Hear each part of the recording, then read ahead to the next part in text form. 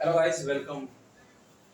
प्रधानमंत्री ने पुराने संसद भवन के नए नाम की घोषणा की, जिसे नाम दिया गया है। प्रधानमंत्री ने पुराने संसद भवन के नए नाम की घोषणा की है, जिसे नाम दिया गया है। Hello guys, welcome on your YouTube channel कॉम्टेरिया study harder and achieve your goal. Free education provide का चैनल आप सभी लोग का हार्दिक स्वागत और अभिनंदन करता है। जो विद्यार्थी नए हैं, कृपया उस चैनल को सब्सक्राइब कर दें, वीडियो को लाइक करें, शेयर करें। आइए देखते हैं, क्वेश्चन हमारे पास है फटाफट। कॉम्टेरिया current affair 100 current affair set number 9, अभ्यास प्रश्नमाला 9, जिसमें कहा जा रहा है प्रधानमंत्री ने पुराने संसद भवन के नए नाम की घोषणा की, जिसे क्या नाम दिया गया है। इसका नाम है संविधान सदन। क्या नाम है? संविधान सदन। प्रलय मिसाइल के संबंध में कुछ बातें देखते हैं, क्या सत्य है, क्या असत्य है, कितने स्टेटमेंट सत्य हैं। तो प्रलय मिसाइल के संबंध में कहा जा रहा है, कथन पहला कहता है यह एक स्वदेशी प्रलय मिसाइल, यह एक स्वदेशी कम दूरी की सतह से सतह पर मार करने वाली, सतह से सतह पर मार करने वाली बैलिस्टिक मिसाइल है। बैलिस्टिक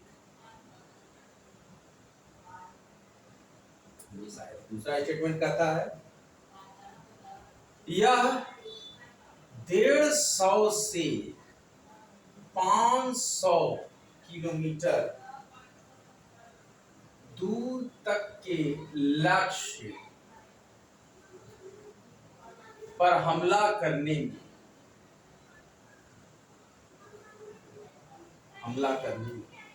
सक्षम है।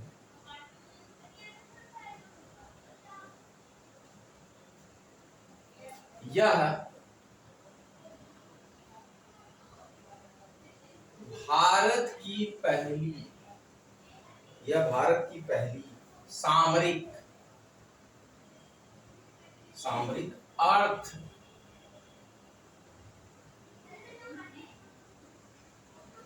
Ballistic missile.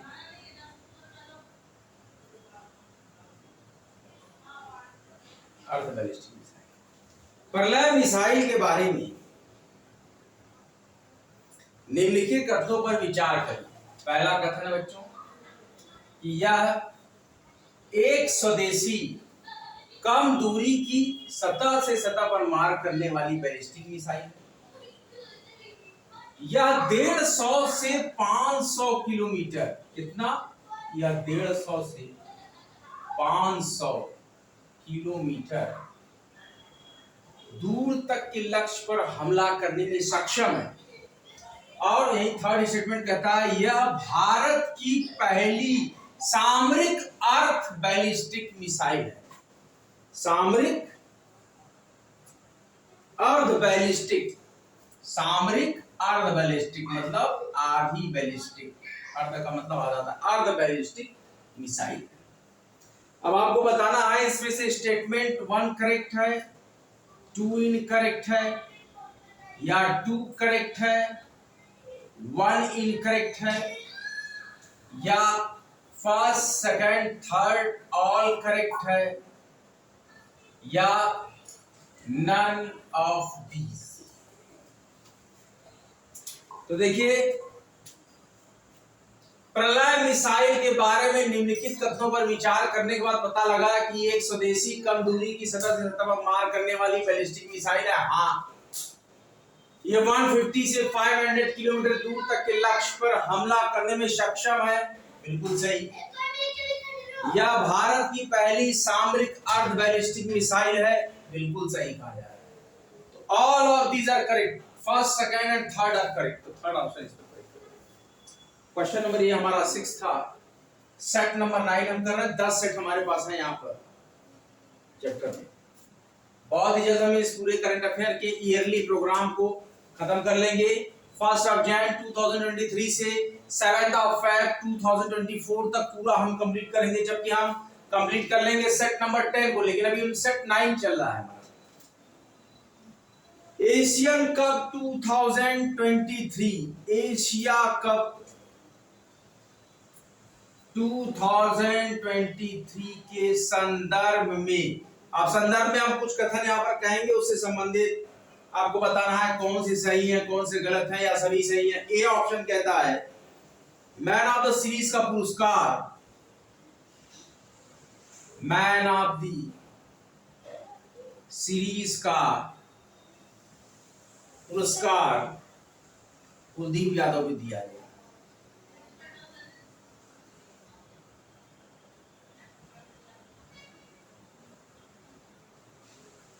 Man of the series का पुरस्कार कुलदीप यादव को दिया गया। सेकंड होता है एशिया कप में भारतीय टीम, एशिया कप में भारतीय टीम 8वीं बार चैंपियन बनी, 8वीं बार चैंपियन बनी। मैन ऑफ द सीरीज का पुरस्कार कुलदीप यादव को दिया गया। एशिया कप में भारतीय टीम 8वीं बार चैंपियन बनी। एशिया कप 2023, एशिया कप 2023 का आयोजन, एशिया कप 2023 का आयोजन पाकिस्तान और श्रीलंका में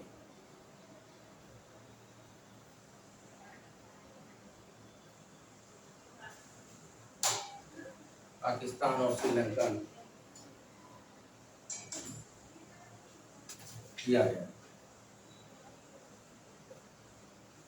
एशिया कप 2023 का आयोजन पाकिस्तान और श्रीलंका में किया गया।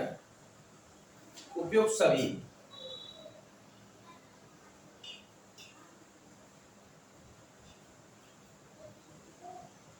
एशिया कप 2023 के संदर्भ में बात करें तो मैन ऑफ द सीरीज का पुरस्कार कुलदीप यादव को दिया गया। हाँ। एशिया कप में भारतीय टीम 8वीं बार चैंपियन बनी। हाँ। एशिया कप 2023 का आयोजन पाकिस्तान और श्रीलंका में किया गया। हाँ। तो सभी स्टेटमेंट करेक्ट है।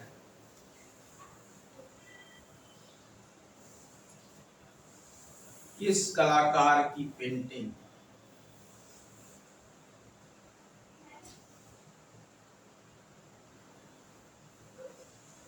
द स्टोरी टेलर, किस कलाकार की पेंटिंग द स्टोरी टेलर, किसी भारतीय कलाकार, किसी भारतीय कलाकार, किसी भारतीय कलाकार की अब तक की सबसे महंगी, अब तक की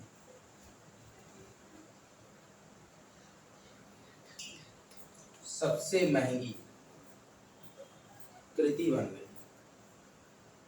अभी क्या लिख रहे हैं? कृति बन गई। Question mark. किस कलाकार की पेंटिंग द स्टोरी टेलर, किसी भारतीय कलाकार की अब तक की सबसे महंगी कृति बन गई। क्वेश्चन फिर से सुनिए। किस कलाकार की पेंटिंग द स्टोरी टेलर, किसी भारतीय कलाकार की अब तक की सबसे महंगी कृति बन गई है। अमृता शेरगिल, इसकी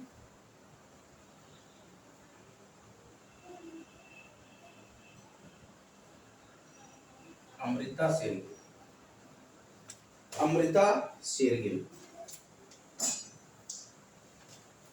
किस कलाकार की पेंटिंग द स्टोरी टेलर, किसी भारतीय कलाकार की अब तक की सबसे महंगी कृति बन गई है। अमृता शेरगिल।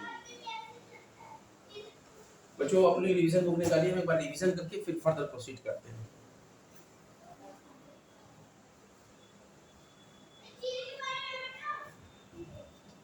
और नजदीक में कर दे रहा हूँ इसको, और सरल लगेगा आपको।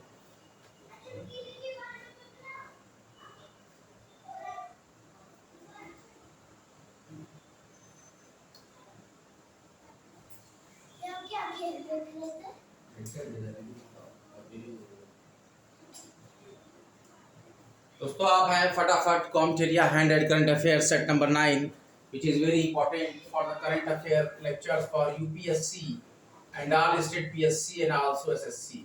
We'll proceed for the set number 9 and the upcoming examination of MPPSC RJS and some more examination which is very beneficial for current affairs lectures. प्रधानमंत्री ने पुराने संसद भवन के नए नाम की घोषणा की है जिसे नाम दिया गया है संविधान सदन। क्या दिया गया है? संविधान सदन। प्रधानमंत्री ने पुराने संसद भवन के नए नाम की घोषणा की है जिसे नाम दिया गया है संविधान सदन। प्रलय मिसाइल के बारे में निम्नलिखित कथनों पर विचार करें। पहला कथन है ये एक स्वदेशी कम दूरी की सतह से सतह पर मार करने वाली बैलिस्टिक मिसाइल है। करेक्ट। ये 150 से 500 किलोमीटर तक के लक्ष्य पर हमला करने में सक्षम है। हाँ, ये भारत की पहली सामरिक अर्ध बैलिस्टिक मिसाइल है। बिल्कुल सही, तीनों स्टेटमेंट यहाँ पे करेक्ट। एशिया कप 2023 के बारे में बात करें तो मैन ऑफ द सीरीज का पुरस्कार कुलदीप यादव को दिया गया। हाँ, एशिया कप में भारतीय टीम 8वीं बार चैंपियन बनी। बिल्कुल सही है। एशिया कप 2023 का आयोजन पाकिस्तान और श्रीलंका में किया गया। बिल्कुल सही।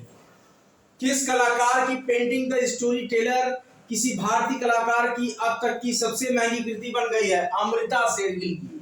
किसकी सबसे महंगी कृति बन गई है? अमृता शेरगिल की, जो कि भारतीय कलाकार है जिनकी अब तक की सबसे महंगी कृति है द स्टोरी टेलर। पेंटिंग का नाम क्या है सबसे महंगी? द स्टोरी टेलर, जो कि भारतीय कलाकार है अमृता शेरगिल। और प्रधानमंत्री ने पुराने संसद भवन के नए नाम की घोषणा की है संविधान सदन के नाम से। किसके नाम से की है? संविधान सदन के नाम से की है। प्रलय मिसाइल के बारे में मैंने पढ़ा था कि स्वदेशी कम दूरी की सतह पर मार करने वाली मिसाइल बैलिस्टिक और अर्ध बैलिस्टिक मिसाइल है। ये पहली सामरिक भारत की पहली सामरिक अर्ध बैलिस्टिक मिसाइल। आगे बढ़ते हैं।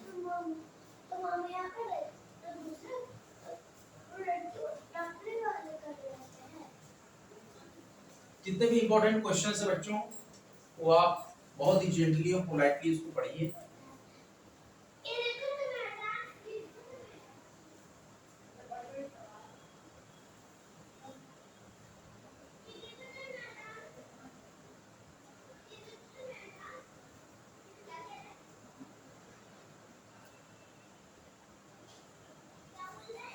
अब देखिए क्वेश्चन नंबर 9 कहता है शांति निकेतन के बारे में बात करते हैं। शांति निकेतन के संदर्भ में निम्न कथनों पर विचार करें। इसकी स्थापना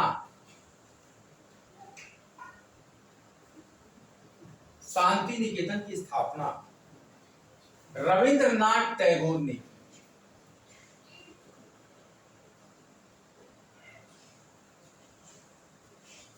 किसने की? शांति निकेतन की स्थापना रविंद्रनाथ टैगोर ने की थी। दूसरा स्टेटमेंट कहता है यह पश्चिम बंगाल के बीरभूम जिले में स्थित है।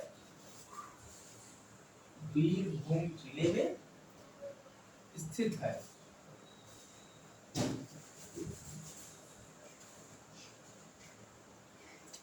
सऊदी अरब में आयोजित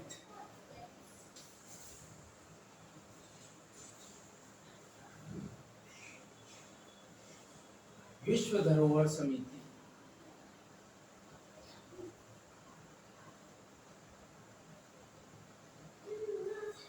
सऊदी अरब में आयोजित विश्व धरोहर समिति के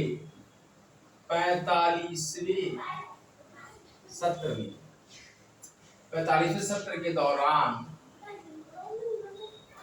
पश्चिम बंगाल के शांति निकेतन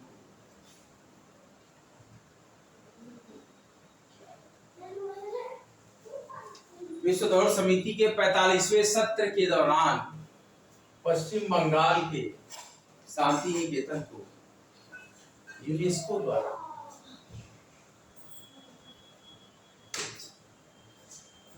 यूनेस्को द्वारा विश्व धरोहर का दर्जा दिया गया। विश्व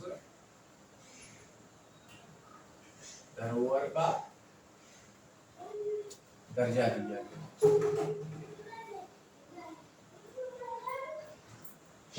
दर्जा दिया। अब आपको बताना है कि इसमें से कितने कथन सही है। पहला कथन है बच्चों, और दूसरा कथन है, तीसरा कथन। शांति निकेतन के संदर्भ में निम्नलिखित कथनों पर विचार करें कि शांति निकेतन की स्थापना रविन्द्रनाथ टैगोर ने की थी। हाँ। शांति निकेतन पश्चिम बंगाल के बीरभूम जिले में स्थित है। हाँ। सऊदी अरब में आयोजित विश्व धरोहर समिति के 45वें सत्र के दौरान पश्चिम बंगाल के शांति निकेतन को यूनेस्को द्वारा विश्व धरोहर का दर्जा दिया गया। हाँ, तो इसमें आपका ऑप्शन होगा पहला, दूसरा एवं तीसरा सही है। तीनों के तीनों ऑप्शन सही है कि शांति निकेतन की स्थापना रविंद्रनाथ टैगोर ने की थी। हाँ, उन्हीं ने की थी। ये पश्चिम बंगाल के बीरभूम जिले में स्थित है। हाँ, ये पश्चिम बंगाल के बीरभूम जिले में स्थित है। सऊदी अरब में आयोजित विश्व धरोहर समिति के 45वें सत्र के दौरान पश्चिम बंगाल के शांति निकेतन को यूनेस्को द्वारा विश्व धरोहर का दर्जा दिया गया। हाँ, दिया गया। तीनों के तीनों स्टेटमेंट करेक्ट।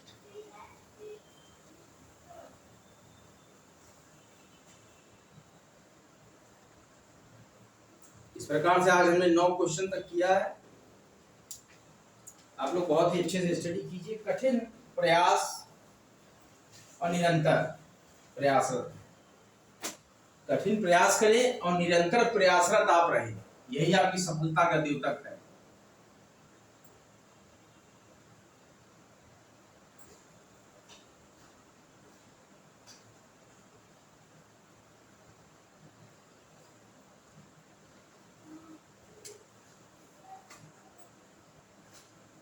कठिन प्रयास मतलब ज्यादा प्रयास करिए। कठिन प्रयास ही सफलता का द्योतक है। Study hard, get success, study harder and achieve your goal. Free education world wide का चैनल इंडियन पॉलिटी कॉन्स्टिट्यूशन के साथ इस समय हम ट्रेंड कर रहे हैं हैशटैग करंट अफेयर्स। CA का मतलब होता है जब हम किसी शॉर्ट्स में या फिर रील्स में डालते हैं या वीडियो में हम डालते हैं समय कम होने की वजह से समझिएगा। हैशटैग CA का मतलब कि करंट अफेयर्स की बात हम कर रहे हैं। अभी हम पूरा का पूरा लेक्चर ही अपना सेंट्रलाइज कर दिए,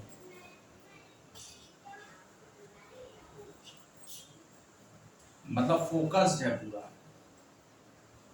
किसे फोकस्ड है हमारा लेक्चर? Current affairs.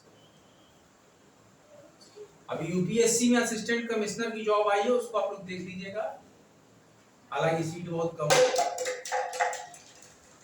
और एनालिस्ट की पोस्ट आई है। और बच्चों देखिए, जूनियर इंजीनियर की भी किसी विभागों में भी पोस्ट खुली हुई है, उनको देखिएगा। JEE की भी सीट आई है। कहीं केंद्रीय CWD केंद्रीय वाटर डिपार्टमेंट में भी सीटें आई हैं। कई सीटें आपकी आई हैं क्योंकि जॉब आपकी निकली हुई है। अब बहुत ही जल्द उत्तर प्रदेश में लेखपाल एवं विलेज डेवलपमेंट ऑफिसर मतलब वीडियो के भी फॉर्म आने वाले हैं। लेखपाल और वीडियो के भी फॉर्म आएंगे जिन बच्चों ने पेट 2023 को पास किया है। किसको किया है? पास किया। बने रहिए मेरे अपने माध्यम चैनल कॉम्पिटिया पर, और इसी तरीके से रोज नित्य नियमित अच्छे लेक्चर्स लेकर हम फिर आएंगे। वीडियो को भारी मात्रा में लाइक करें, शेयर करें, कमेंट करें, कॉम्पिटिया को सब्सक्राइब करें। अगला लेक्चर लेकर बच्चों फिर आएंगे। तब तक के लिए जय हिंद, जय भारत। कठिन प्रयास करते रहें, निरंतर अभ्यास करें, सफलता आपके कदम चूमेगी। हम हमेशा आपके सफलता की कामना करेंगे स्टडी सिलेक्शन तक।